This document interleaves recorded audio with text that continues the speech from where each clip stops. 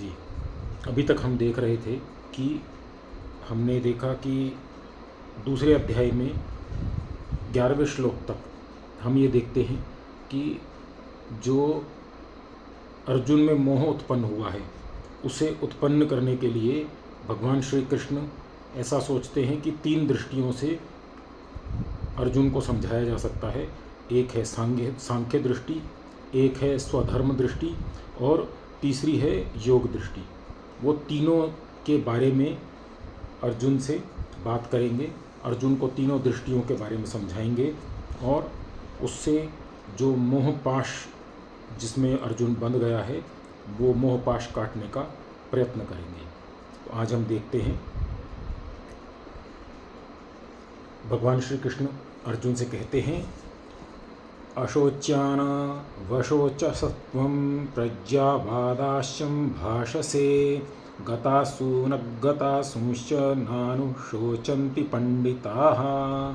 अशोच्यान अर्थात जिनके लिए शोक करना उचित नहीं है उनके लिए अन्वशोचः शोक करता है त्वम तू प्रज्ञावादान ज्ञान की बातें च और भाष से बोलता है गतासून जिनके प्राण चले गए हैं उनके लिए, अगतासून जिनके प्राण नहीं गए हैं उनके लिए, च और न नहीं अनुशोचन्ति पंडिताः शोक करते हैं पंडित लोग।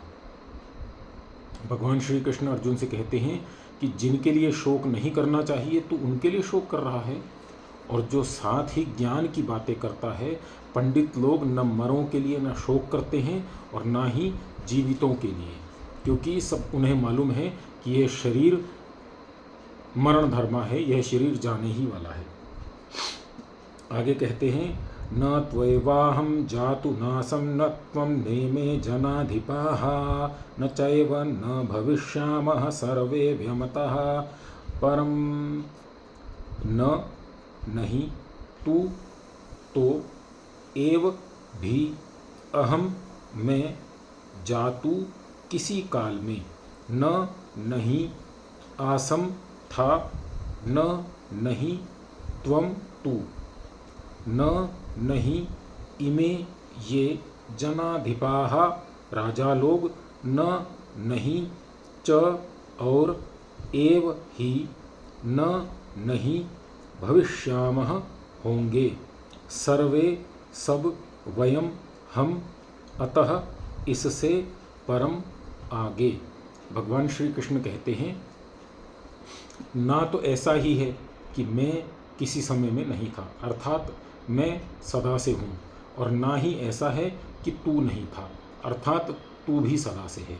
मैं भी सदा से हूँ और तू भी सदा से है, और ना ही ऐसा था कि ये सब राजा नहीं थे, और ना ही कभी कोई ऐसा समय आएगा कि जब हम सब नहीं रहेंगे। यह भगवान श्री कृष्ण कहते हैं, अर्थात वो आत्मा की अमरता को बता रहे हैं इस श्लोक में कि आत्मा अमर है। कभी ऐसा समय नहीं था कि तू नहीं था, और कभी ऐसा भी समय नहीं था कि मैं नहीं था, और कभी ऐसा समय नहीं था कि ये जो सामने राजा लोग खड़े हैं ये भी नहीं थे। क्योंकि संसार को 3 भागों में बांटा जा सकता है, मैं, तू और वह। संस्कृत जो है ऐसी भाषा है जो संसार को 3 भागों में बांटती है, और बाकी जो शेष भाषाएं हैं अंग्रेज़ी, हिंदी, मराठी, कन्नड़, मलयालम, तमिल, तेलुगु, कोई भी भाषा जो है वो 2 भागों में बांटती है, मैं और तू। संस्कृत में इसे अहम, त्वम और इदम ऐसा कहा जाता है। इस श्लोक में श्री कृष्ण ने संपूर्ण विश्व पर दार्शनिक दृष्टि से विचार करते हुए कहा है कि ना कोई ऐसा समय था कि जब मैं नहीं था, और ना कोई ऐसा समय था कि जब तू नहीं था। दूसरे योद्धा लोग जो युद्ध भूमि पर खड़े हुए हैं वह भी सदा से ही हैं, और यह बात हुई भूतकाल की, और वर्तमान काल में भी ये तीनों मौजूद हैं अर्थात मैं, तू और वो, और भविष्यत काल में भी ऐसा कोई समय नहीं आएगा जब ये तीनों नहीं होंगे। इससे स्पष्ट है कि आत्मा नित्य है, मेरा, तेरा, इनका आत्मा था, है या होगा। फिर हे अर्जुन, तू इनके मरने की बात क्यों सोचता है? वास्तव में देह अलग है और देही अलग है। देह कहते हैं शरीर को, और देही कहते हैं आत्मा को। जो शाश्वत है वह अमर है। हे अर्जुन, तू इन तीनों में भेद कर, तू शरीर का शोक मत कर, ऐसा भगवान कृष्ण अर्जुन को समझा रहे हैं। आगे कहते हैं, देहिनोऽस्मिन् यथा देहे कौमारं यौवनं जरा तथा देहांतरं प्राप्तिर्धीरस्तत्र न मुह्यति। देहिनः देह धारण करने वाले जीवात्मा को अस्मिन इस यथा जैसे देहे शरीर में कौमारम बालपन यौवनम युवावस्था जरा बुढ़ापा तथा वैसे देहांतर दूसरा देह प्राप्ति प्राप्त हो जाता है। धीरः धीर पुरुष तत्र उस विषय में न मुह्यति नहीं मोह को प्राप्त होता है। भगवान श्री कृष्ण अर्जुन को कहते हैं कि जैसे देह धारण करने वाले आत्मा को इस देह में बालपन यौवन और बुढ़ापा तीनों प्राप्त होते हैं, उसी प्रकार आत्मा को दूसरे देह की भी प्राप्ति हो जाती है। इस धीर व्यक्ति को इस बात को विचार में ला करके मोह में पड़ना उचित नहीं है। हम इस जन्म में तीन अवस्थाओं में से गुजरते हैं। बाल्य अवस्था आती है, परंतु समय आने पर यह अवस्था चली जाती है। यौवन अवस्था आती है, समय आने पर वो भी चली जाती है, और फिर वृद्धावस्था जन्म लेती है। इस जन्म का यह चक्र लगातार चल रहा है, निरंतर चल रहा है। तब यह क्यों ना माना जाए कि वृद्धावस्था भी आती है और चली जाती है। यह शरीर उसके पश्चात नष्ट हो जाता है, तब अगली अवस्था आती है। जो अगली अवस्था आती है, क्योंकि यह शरीर काम के लायक नहीं रहा, इसके लिए आत्मा नया शरीर धारण कर लेता है।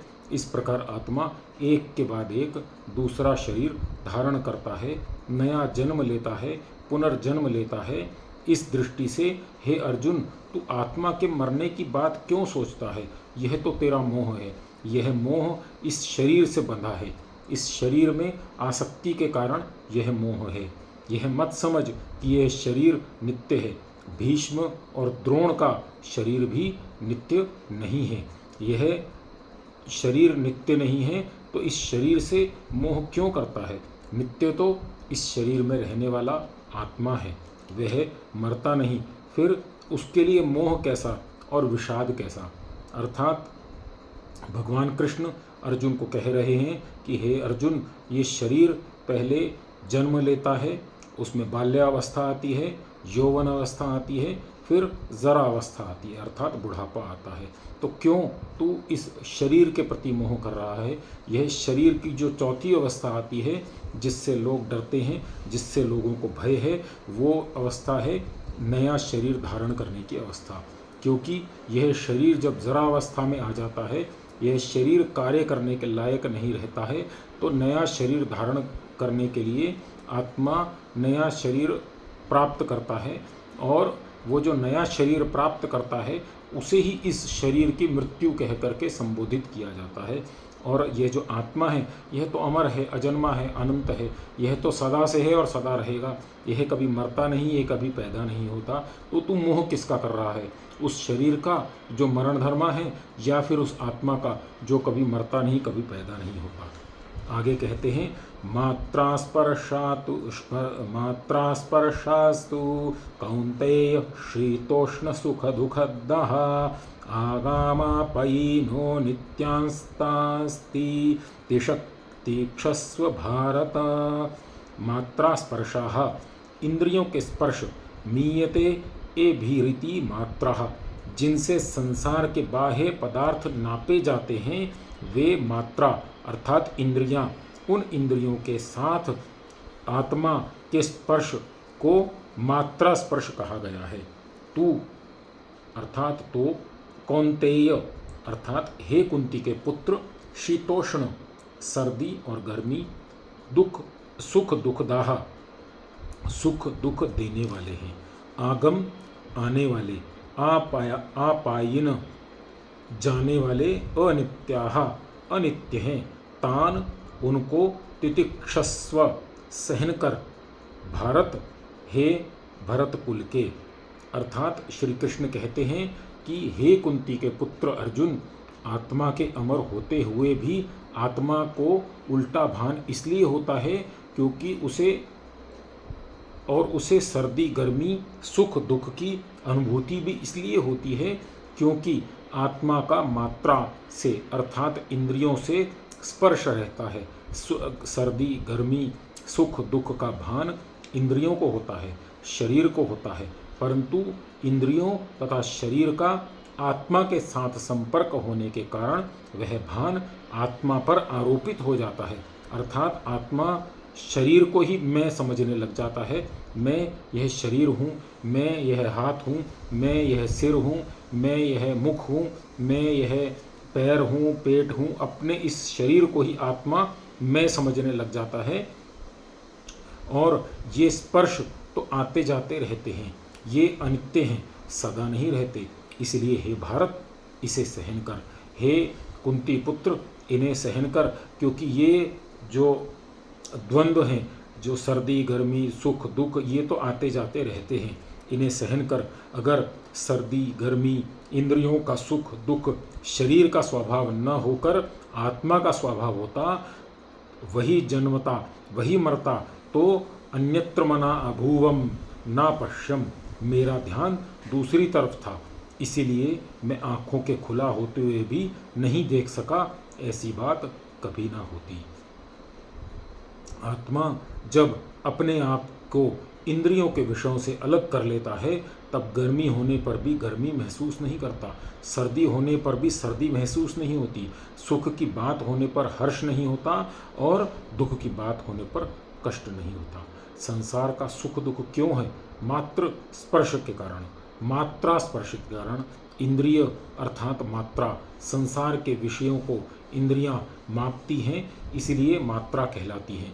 इंद्रियों के साथ स्पर्श से ही आत्मा को शीतोष्ण सुख दुख का अनुभव होता है, परंतु आत्मा का इंद्रियों के साथ स्पर्श मात्रा स्पर्श तो आगामा पाई है, अर्थात आता है और जाता है, टिका थोड़ी रहता है, सदा थोड़ी रहता है।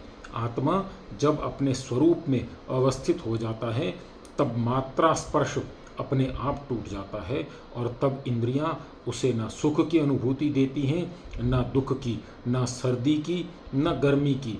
अगर आत्मा की ऐसी स्थिति आ जाती है जैसा सब का अनुभव है कि आती है, तब यह स्पष्ट है कि मात्रा स्पर्श अनित्य है। आत्मा का इंद्रियों के साथ स्पर्श सदा के लिए नहीं है। आत्मा और इंद्रियों का संबंध तथा इंद्रियों और विषयों के संबंध को गीता में मात्रा स्पर्श कह करके संबोधित किया गया है। मात्रा अर्थात इंद्रियों का विषयों के स्पर्श अर्थात छू जाने का संबंध। आत्मा और इंद्रियों का संबंध जो है वो मात्रा स्पर्श है। सुख दुख की उत्पत्ति दो के स्पर्श आपस में हो जाने से, आपस में छू लेने से, आपस में मिलने से या संयोग से होती है। संयोग से जिसकी उत्पत्ति हो वह संयोगज कहलाती है। जो वस्तु संयोगज है, जो दो के संबंध से बनी है, वह नित्य कैसे हो सकती है अर्जुन? दो के संयोग से बनी तो वह संयोग हट जाने पर नष्ट हो ही जाने वाली है। सुख दुख जब दो के संयोग से उत्पन्न होते हैं, तब ये तो नित्य हो नहीं सकते, तब इनका आविष्ट होना, सुखी होना दुखी होना अनुचित है। यह अनुचित होते हुए भी ऐसी अवस्था में क्या किया जाए, यह समझते हुए कि आत्मा का इंद्रियों के साथ अनित्य संबंध है, पता नहीं कब टूट जाएगा। यह जो संबंध है वह अनित्य है। जब तक वह संबंध बना हुआ है तब तक के लिए सुख दुख शीत उष्ण को बर्दाश्त करना ही होगा। इसलिए हे अर्जुन, तुम्हें जो दुख हो रहा है उसे क्षणिक समझकर सहन करो, ऐसा भगवान कृष्ण अर्जुन से कहते हैं। आगे कहते हैं, यम ही न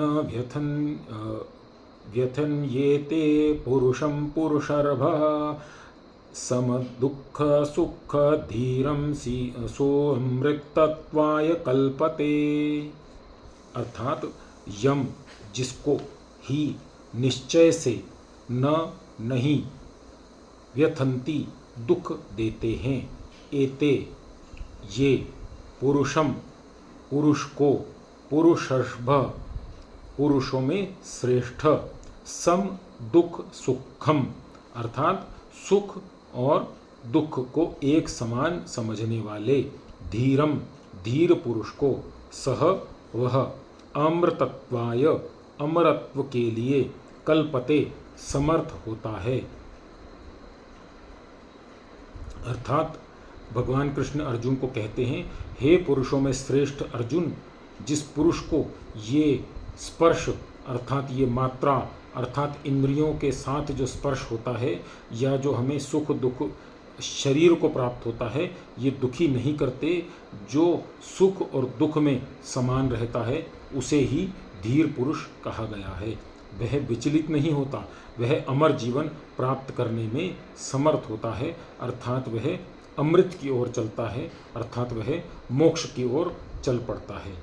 अमृत की अभिलाषा को भारतीय शास्त्रों की मुख्य समस्या माना गया है। उपनिषदों में अमृतत्व की खोज में ही ऋषि महर्षि दर दर चक्कर काटते हैं। ज्ञाकलव्य ने जब मैत्रेयी को धन धान्य देना चाहा तब उसने भी कह दिया, किम हम तेन कुर्याम येन नामृता स्याम, जिससे मुझे अमृतत्व प्राप्त न हो उसे पाकर मैं क्या करूंगी। हे भगवान, मृत्यु का दुख इतना सर्वव्यापी है कि ऋषियों ने मृत्यु को जीतने के लिए ही अपनी सारी शक्ति लगा दी। वह मृत्यु जो है उसे कैसे जीता जाए। श्री कृष्ण कहते हैं कि जब हम यह समझ लें कि देह अलग है और देही अलग है, अर्थात शरीर अलग है और आत्मा अलग है, तो शरीर अलग आत्मा अलग, तब हम शरीर में रहना छोड़ देते हैं और शरीर में रहना छोड़ते ही हमारे लिए सुख दुख समान हो जाते हैं या फिर समाप्त हो जाते हैं। उदाहरणार्थ, संतान के लिए हम कष्टों को झेलते हैं पर उन कष्टों को दुख नहीं मानते।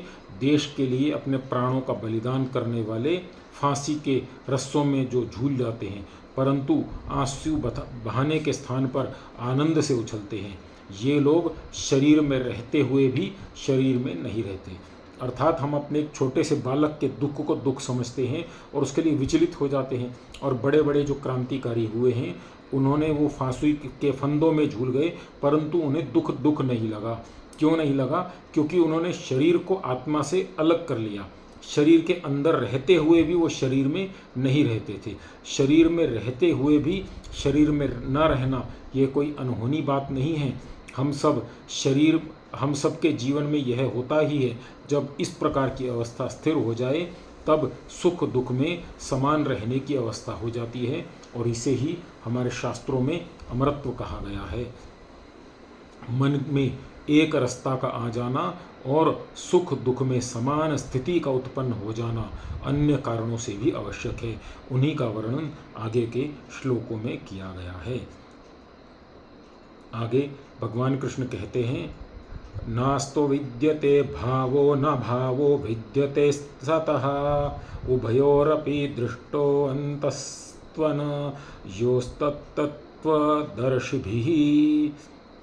न नहीं असतः असत का विद्यते होता है भावः अस्तित्व, न नहीं अभाव अर्थात अभाव, विद्यते होता है सतः सत का, उभयो दोनों का, अपि भी दृष्ट देखा गया है, अंतः अंत अर्थात तत्व ज्ञान, तू तो अन्यों इन तत्वदर्शी भी तत्व ज्ञानियों के द्वारा। अर्थात हे अर्जुन, जो नहीं है अर्थात जो असत है वह हो नहीं सकता और जो है उसका अभाव नहीं हो सकता। तत्वदर्शी लोगों ने इन दोनों बातों के अंत तक विचार करके यह निष्कर्ष ठीक ठीक निकाल दिया है। जब जो है उसका अभाव नहीं हो सकता तब आत्मा जो सत है उसका नाश कैसे होगा। क्योंकि आत्मा सदा से है, नाश रहित है, उसका नाश हो नहीं सकता। जो है वो ना हो ऐसा नहीं हो सकता, और जो नहीं है वो हो ऐसा भी नहीं हो सकता। ऐसी अवस्था में अर्जुन का यह कहकर विषाद करना कि ये सब मर जाएंगे तो मैं क्या करूँगा, ऐसा ठीक नहीं है। अविनाशी तु तद्विद्वी येन सर्वमिदं ततं विनाशम् अव्ययस्यायस्य न कश्चित् कर्तुमर्हति। अविनाशी अर्थात नाश रहित, तू तो, तत् उसे, विद्धि जान, येन जिससे, सर्वम सब, इदम यह, तत्तम व्याप्त है, विनाशम नाश, अव्यस्य नाश रहित का, अस्य इसका, न नहीं, कश्चित कोई भी, कर्तुम करने को, अर्हति समर्थ है, समर्थ हो सकता है। अर्थात भगवान कृष्ण अर्जुन से कहते हैं कि हे अर्जुन, जिस आत्मसत्ता से हमारा यह सारा शरीर व्याप्त है, अर्थात आत्मा इस शरीर को पूरे को चलाती है, आँख भी शरीर आत्मा से चलती है और पैर का अंगूठा भी आत्मा से चलता है। यह आत्मा जो सारे शरीर को चलाती है, सारे शरीर में व्याप्त है, वह अविनाशी है। अविनाशी अर्थात अविनाशी अर्थात विनाश न होने वाली है, समाप्त न होने वाली है, उसको कुछ भी नहीं हो सकता, और इस अव्यय आत्मसत्ता का कोई विनाश नहीं कर सकता। अव्यय बोलते हैं जिसका व्यय नहीं होता, व्यय मतलब कम नहीं होता, जो जैसी है सदा वैसी ही रहेगी। उस आत्मा में ना कुछ कम हो सकता है ना कुछ बढ़ सकता है, जो जैसी है वैसी की वैसी रहेगी। उस अव्यय आत्मा का कोई भी विनाश नहीं कर सकता है। अंतवंत इमे देहा नित्यस्योक्ताः शरीरिणः अनाशिनो प्रमेयस्य तस्माद्युध्यस्व भारत।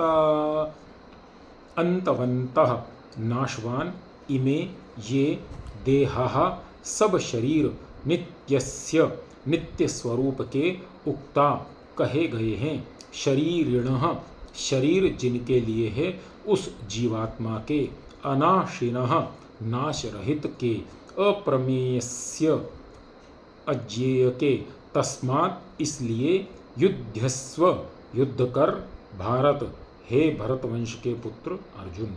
भगवान श्री कृष्ण अर्जुन को बोलते हैं कि यह देह, यह जो शरीर है, और वह आत्मा जो शरीरी है, यह शरीरी इसलिए है क्योंकि यह शरीर उसका है।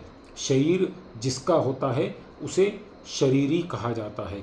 यह नित्य शरीरी के, आत्मा के, ये देह तो अंत वाले हैं, अर्थात शरीरी का शरीर अंत वाला है। शरीरी का शरीर नित्य नहीं है, लेकिन शरीरी नित्य है और अंत वाला नहीं है, अविनाशी है। ये देह तो अंत वाले हैं, नष्ट हो जाने वाले हैं, परंतु वह आत्मा स्वयं अविनाशी है, अज्ञेय है। इसीलिए हे अर्जुन, तू युद्ध कर, ऐसा भगवान कृष्ण अर्जुन को कहते हैं। य एनं वेत्ति हन्तारं यश्चैनं मन्यते हतम् उभौ तौ न विजानीतो नायं हन्ति न हन्यते। यह एनम जो इस आत्मा को, वेत्ति समझता है, हंतारम मारने वाला, यह जो, च और, एनम मन्यते इसको मानता है, इसको समझता है, हतम मारा हुआ, उभौ तौ न विजानीतो वो दोनों के दोनों ही नहीं जानते हैं, न अयम नहीं यह आत्मा, हंति न हन्यते न मारता है न मारा जाता है।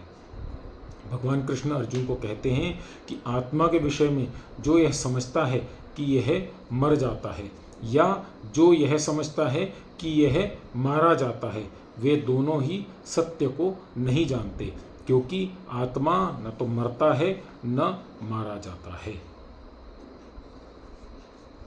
आगे कहते हैं, हंता चेन मन्यते हंतुम हतश्चेन मन्यते हतम उभौ तौ न विजानीतो नायम हन्ति न हन्यते। यह जो उपनिषद हैं, कठोपनिषद में यह श्लोक आया है। उसमें हंता चेन मन्यते हंतुम, हतश्चेन मन्यते हतम। हंता समझता है, ऐसा मानता है, हंतुम उसने सामने वाले को मार दिया, हतश्चेन मन्यते हतम, और जिसको उसको लगता है कि मैंने इसे मार दिया, वो जो जिसे मारा है उसे ऐसा लगता है कि मैं मर गया।